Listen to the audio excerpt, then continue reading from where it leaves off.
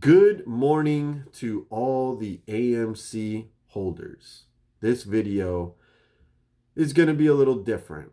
It's a question that I have for the entire community. Anybody that watches YouTube, whoever your content creator is, whether it be Trey, whether it be Lou, whether it be Frankie, Tony, the Massalorian, Froggy Styles, and the list goes on of AMC content creators. This question is out for you guys as well as the entire community. If you only watch videos, this question is for you. If you're only a commenter, this question is for you. This is anybody that has any interest in AMC, whether they're holding or not. I have this question for you. It's basically going to be a hypothetical. Okay, so I don't want you guys taking the video and saying, oh, he just said he's selling today. Nope, this is a hypothetical question. I'm putting it out there, right now.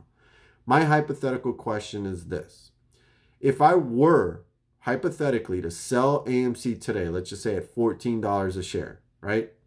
And somehow, let's just say 2 weeks from today, the stock starts squeezing and it goes to, I don't know, $150, $200 just to start off.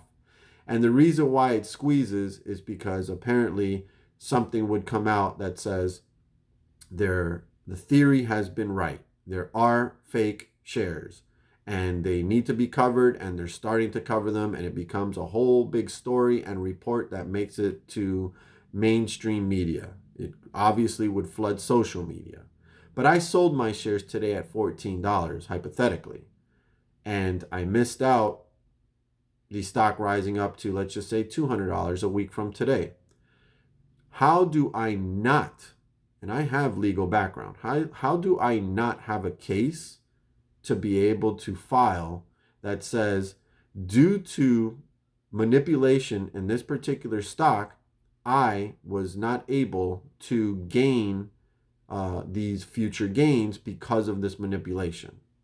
You understand what I'm trying to get at? Meaning, if I got out of the stock and it just did squeeze and the story came out publicly that said there was a lot of corruption and fake shares, and people were coming out and saying, yeah, it was true, officials, people that officially can say that, maybe Gary Gensler, maybe Adam Aaron changes his tune from his tweet and he says, hey, I was wrong on that tweet.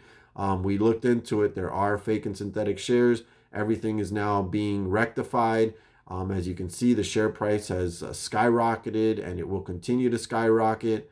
How do I not have a case legally to make against either AMC, the US stock market, the SEC, or anybody responsible for figuring out and finding out if in fact there is cheating and manipulation in this stock, AMC?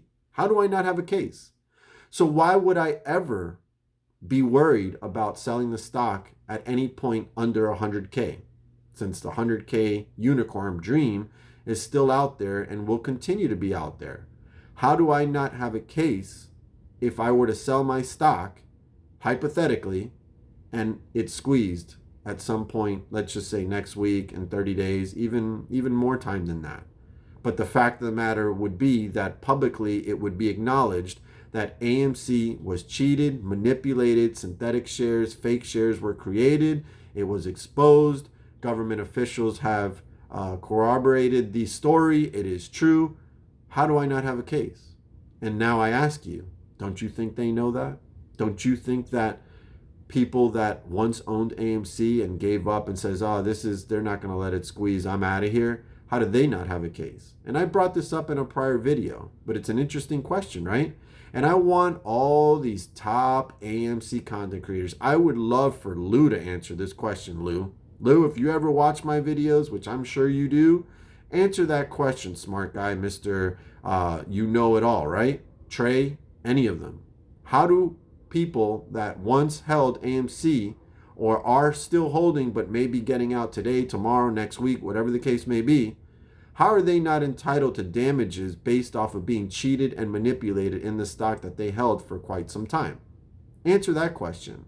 And once you do, then we'll kind of be able to address this fantasy of 100K and 1,000 and 50,000, all these crazy price brackets that every single day there's a new content creator that comes out and says, here's my brackets, 500, 1,000, 2,000. Like, why are we getting more people with more price brackets when the stock has not even gone back to its all-time high, which is $72?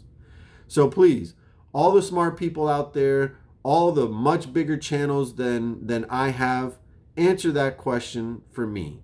How would I and others that once held AMC not be entitled to damages for gains that should have been gained by a stockholder because of corruption in this AMC stock play? So I want you guys to think about that. Let me know. Let me know in the comments respectfully. Okay. If you're trolling, as you know, even from the last video, go check your comments. They're not there. You will not be able to troll on this channel. Okay. You want to talk sense? You're welcome to comment. You want to disagree? That's fine. You want to keep it respectful and disagree? That's fine. If you're disrespectful and you disagree, your comment doesn't make it. If you're just trolling, your comment doesn't make it. But there it is. That's the question that I want to ask you guys legally. And I know a bunch of people say, I'm not an attorney. Well, there's a lot of people that comment and say, oh, you're not allowed to be talking like that on AMC. Like, there's a bunch of attorneys that apparently put comments in the comment section. But let's just keep the certification of being an attorney out the door for a second. Let's hear what your comments and responses are to that question. If a person has sold AMC or is getting ready to sell AMC, how are they not entitled to damages if there was in fact cheating, as the theory says that there's fake and synthetic shares out there that need to be covered? Why are you not entitled to those gains? Let me know what you think. Johnwicksnipin is out.